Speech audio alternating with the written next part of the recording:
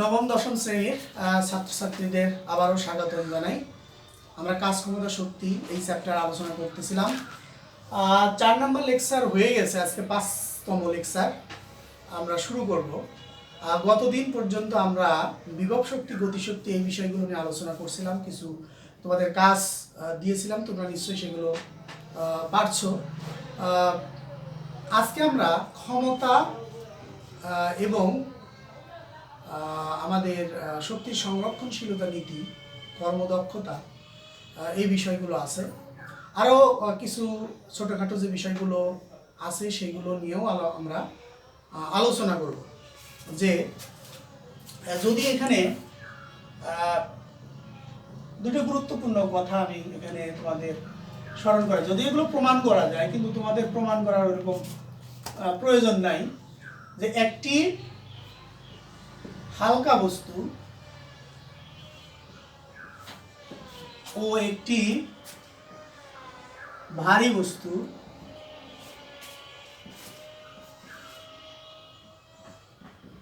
মধ্যে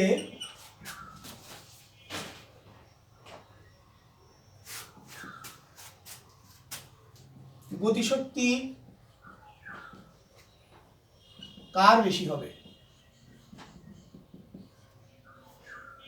আর ভরবেগ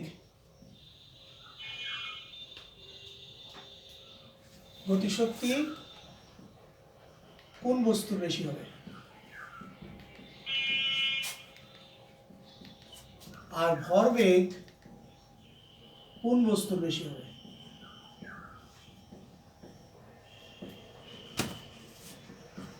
আর যদি এগুলো প্রমাণ করা যায়, তথাপিও আমরা এখানে উত্তরে যদি বলি তাহলে এখানে হালকা বস্তুর গতিশক্তি বেশি, হালকা বস্তুর গতিশক্তি বেশি হয়, আর ভারী বস্তুর ভরবেগ বেশি হয়। এটা তোমরা খেয়াল রাখবা, মনে রাখবে। এগুলো প্রমাণ করা যায়, এটা উচ্চ ক্লাসে এগুলো প্রমাণ করা হয়, ইন্টারমিডিয়েটে। কিন্তু তোমরা শুধু এটুকু জানা থাকলেই হবে। তারপরে যদি তোমাদের জানতে ইচ্ছে হয় তাহলে কমেন্ট বক্সে আমাকে জানাবো, তাহলে আমি এগুলো বিস্তারিত আলোচনা করব। এরপরে আমরা ক্ষমতা নিয়ে আমরা আলোচনা করি। ক্ষমতা,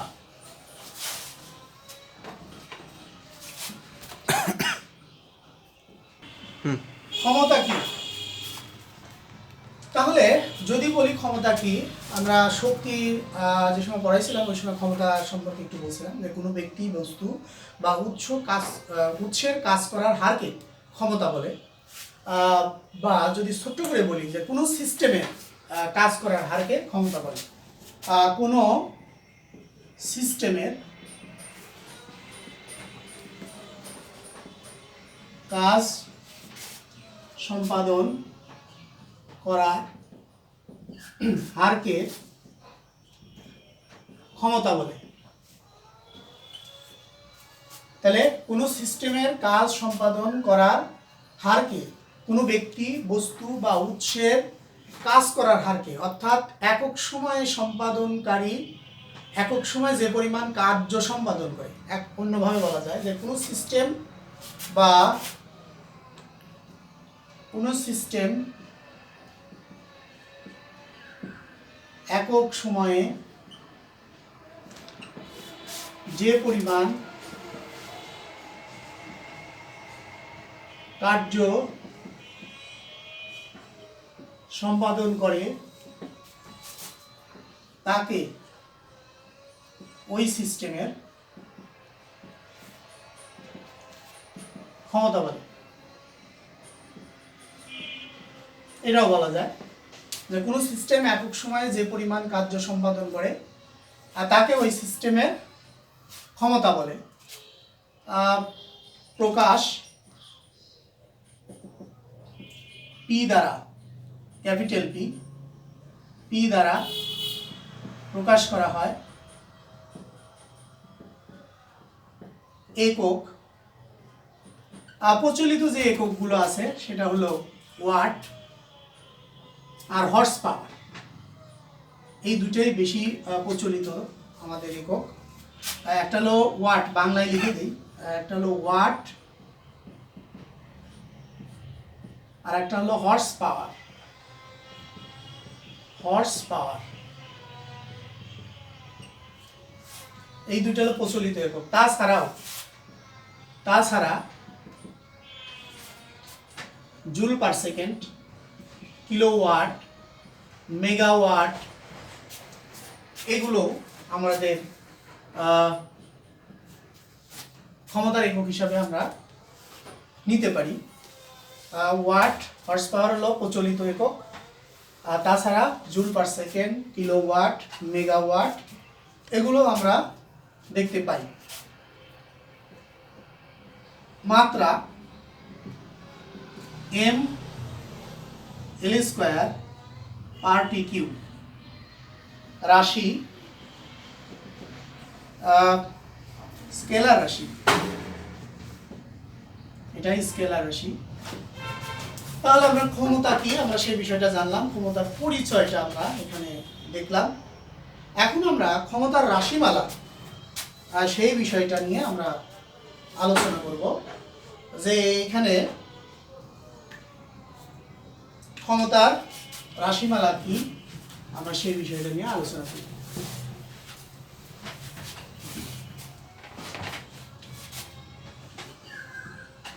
ক্ষমতার রাশিমালা, মনে করি কোন সিস্টেম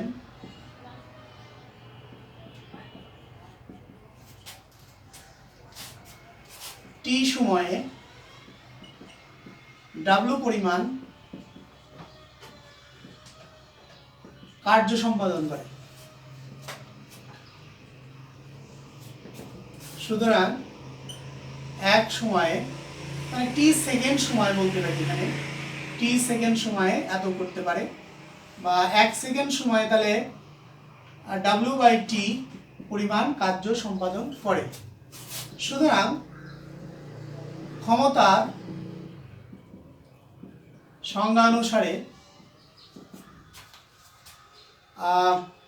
ক্ষমতা ইকুয়াল টু তাহলে ডাব্লু বাই টি লেখা যায়, বা P equal to W by T. এটা হলো ক্ষমতার রাশিমালা। তাহলে ক্ষমতার রাশিমালাটাকে আমরা বিভিন্ন রূপে কনভার্ট করতে পারি। আবার P equal to W by T, P equal to W by F S by T, কারণ W equal to F S. তাহলে পি ইকুয়াল টু, এখানে আমরা এফ ভি লিখতে পারি, কারণ V equal to S by T, বেগ, আমরা এটাও লিখতে পারি। সুতরাং এখান থেকে কিন্তু আমরা আর একটা ইকুয়েশন পেলাম, পি ক্ষমতা P equal to F V, এটা ক্ষমতার একটা রাশিমালা। আবার P equal to W by T আমরা জানি, পি ইকুয়াল টু, আর ডাব্লু সমান সমান আমরা এম জি এইচও লিখতে পারি টি, কারণ আমরা জানি অভিকর্ষজ বিভব শক্তি, অভিকর্ষজ বল দ্বারা কৃত কাজ W equal to M G H. সুতরাং P equal to M G H by T, এটাও হলো আমার ক্ষমতার একটা রাশিমালা। এখানে এমটা হলো বস্তুর ভর, যে বস্তুকে আমি উঠাবো তার ভর, আর জি সবাই জানি অভিকর্ষজ ত্বরণ, অভিকর্ষজ ত্বরণ, আর তারপরে এইচ হলো কত উপরে উঠানো হলো, অর্থাৎ বস্তুর ভর কেন্দ্রের সরণ, বস্তুর ভর কেন্দ্রের সরণ, আর টি হলো সময়, কত সময় ব্যয় হয়েছে উঠাতে বা সরাইতে সেটা। আবার পি ইকুয়াল টু আমরা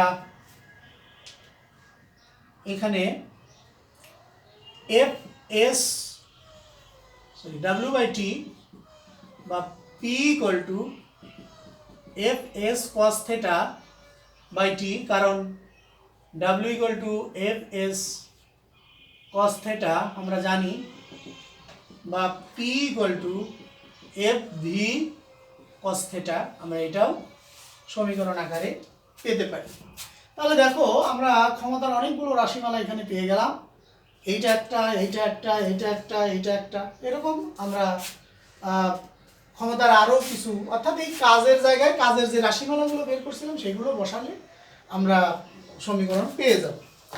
এখন তাহলে আমাদের জানা দরকার, যেহেতু আমরা ক্ষমতার একক সম্পর্কে বলছি, সেহেতু 1 ওয়াট কাকে বলে আমাদের জানা দরকার। 1 ওয়াট কাকে বলে? 1 ওয়াট কাকে বলে? 1 ওয়াট কাকে বলে? আমরা যদি এটা বলতে চাই যে কোনো সিস্টেম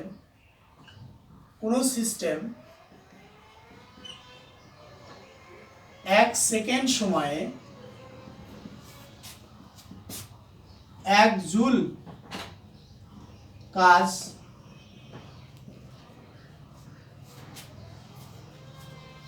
কোনো সিস্টেম 1 সেকেন্ড সময়ে 1 জুল কাজ সম্পাদন করলে ওই সিস্টেমের ক্ষমতাকে 1 ওয়াট বলে। এখন যদি প্রশ্ন করা হয় যে 100 ওয়াট ক্ষমতা বলতে কি বোঝো? 100 ওয়াট ক্ষমতা বলতে কি বোঝো? কোনো যন্ত্রের ক্ষমতা 100 ওয়াট বলতে কি বোঝো? তাহলে 100 ওয়াট ক্ষমতা বলতে বোঝায় কোনো যন্ত্র বা কোনো সিস্টেম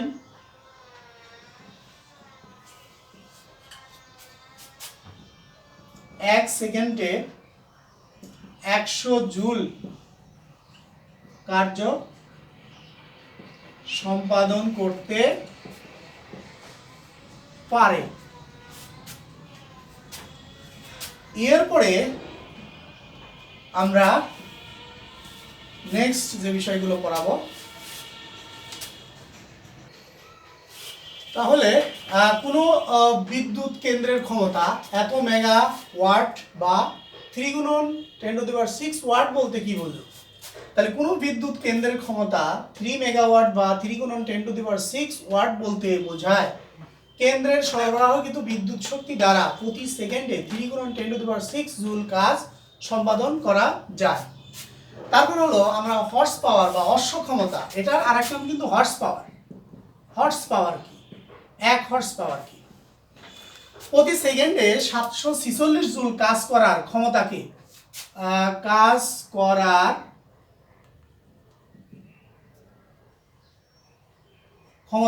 1 অশ্ব ক্ষমতা বলে। অথবা 550 পাউন্ড, এটা আরেকটা সংজ্ঞা লেখা যায়, 550 পাউন্ড ভরের কোনো বস্তুকে অভিকর্ষের বিরুদ্ধে 1 সেকেন্ডে 1 ফুট উঠানো ক্ষমতাকে 1 অশ্ব ক্ষমতা বলে।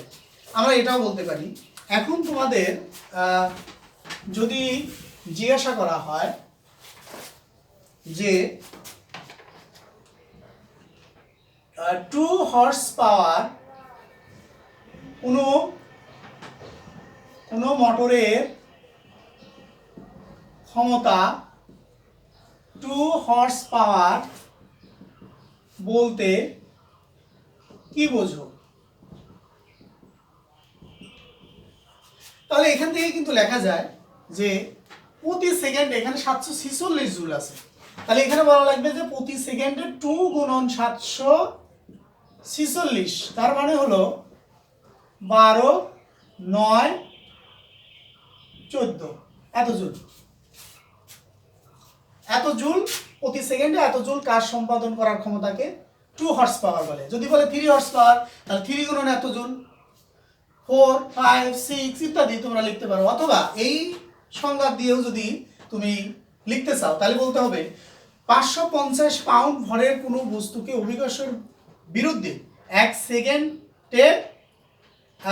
সেকেন্ড সময়ে বা 1 সেকেন্ডে বলা লাগবে 2 ফুট, যদি 2 হর্স পাওয়ার হয় তাহলে 2 ফুট, যদি 3 হর্স পাওয়ার হয় 3 ফুট, যদি 4 হর্স পাওয়ার হয় 4 ফুট ইত্যাদি ইত্যাদি যদি মান থাকে সেই মানটা বসা দিলে হয়ে যাবে। ওঠানোর ক্ষমতাকে 1 অশ্ব ক্ষমতা বলে। তাহলে তোমাদের এই দুটো আমি কাজ দিয়ে দেবো যে কোনো মোটরের ক্ষমতা এত হর্স পাওয়ার বলতে কি বোঝায়, 2 সংজ্ঞাতেই তোমরা খাতায় লিখে ফেলবে, এটা তোমাদের কাজ দেওয়া হলো। তারপরে হর্স পাওয়ারের পরে আমরা যে বিষয়টা যাব কর্মদক্ষতা, আমরা এই বিষয়টা নিয়ে এখন আলোচনা করব। কর্মদক্ষতা কি? কর্মদক্ষতার দুটো সংজ্ঞা দেওয়া যায়। প্রথমে হলো কোনো যন্ত্রের বা সিস্টেমের কাজে পরিণত ক্ষমতা ও মোট প্রদত্ত ক্ষমতার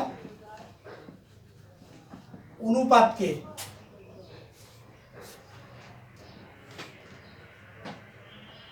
কর্মদক্ষতা বলে।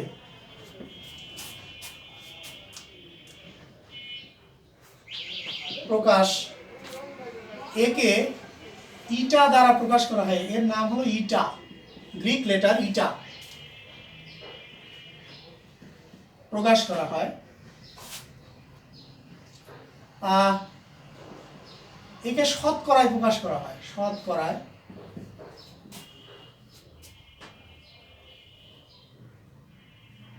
প্রকাশ করা হয়। একক নাই, এর কোনো একক হয় না, একক নাই, কারণ দুটি একই রাশির অনুপাত দেখে এর কোনো একক নাই। সুতরাং কর্ম দক্ষতা ইকুয়াল টু কাজে পরিণত ক্ষমতা মোট প্রদত্ত ক্ষমতা, বা ইটা ইকুয়াল টু কাজে পরিণত ক্ষমতাকে পি ড্যাশ আর মোট প্রদত্ত ক্ষমতাকে পি দ্বারা প্রকাশ করা হয়। আমরা এটা লিখতে পারি, কাজে পরিণত ক্ষমতাকে আমরা পি ড্যাশ লিখি আর মোট প্রদত্ত ক্ষমতাকে পি লিখি। তাহলে এটাকে তো আমরা শতকরায় প্রকাশ করব, ইটা equal to P dash P গুণন 100%। এটাই হলো আমার কর্মদক্ষতার একটা রাশিমালা। এরপরে আমরা আরেকটা যে সংজ্ঞায় যাব সেটা হলো কোনো যন্ত্র বা সিস্টেমে কাজে পরিণত শক্তি দিয়ে আমরা এটা দেখাতে পারবো, এবং মোট প্রদত্ত শক্তি অনুপাতকে কর্মদক্ষতা বলে। তাহলে একই তো, এখানে তাহলে ক্ষমতার জায়গায় তাহলে শক্তি বসাবো, শক্তি সেটা হলো ই ড্যাশ, মোট প্রদত্ত শক্তি ই, তাহলে তখন এই সমীকরণটা হবে ই ড্যাশ ডিভাইডেড বাই ই, তাহলে এখানে হবে ই ড্যাশ ডিভাইডেড বাই ই। তাহলে এটা তখন আরেকটা কর্মদক্ষতা রাশিমালা হবে। এখন আরেকটা প্রশ্ন আমরা এখানে দেখাবো যে কোনো যন্ত্রের কর্মদক্ষতা 70% বলতে কি বোঝো? কোনো মোটরের বা যন্ত্রে যেটাই বলো কর্মদক্ষতা 70% বলতে কি বোঝো? কোনো মোটরের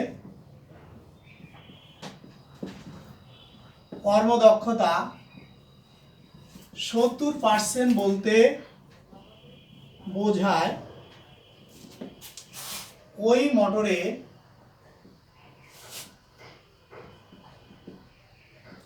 100 ওয়াট ক্ষমতা প্রদান করলে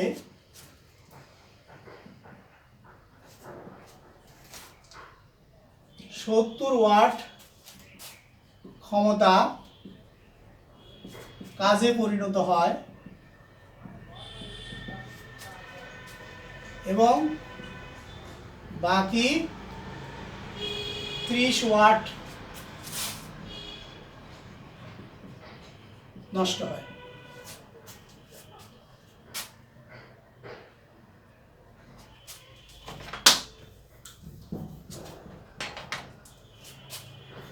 অথবা 70% বলতে বোঝায় ওই মোটরের 100 জুল শক্তি প্রদান করা হলে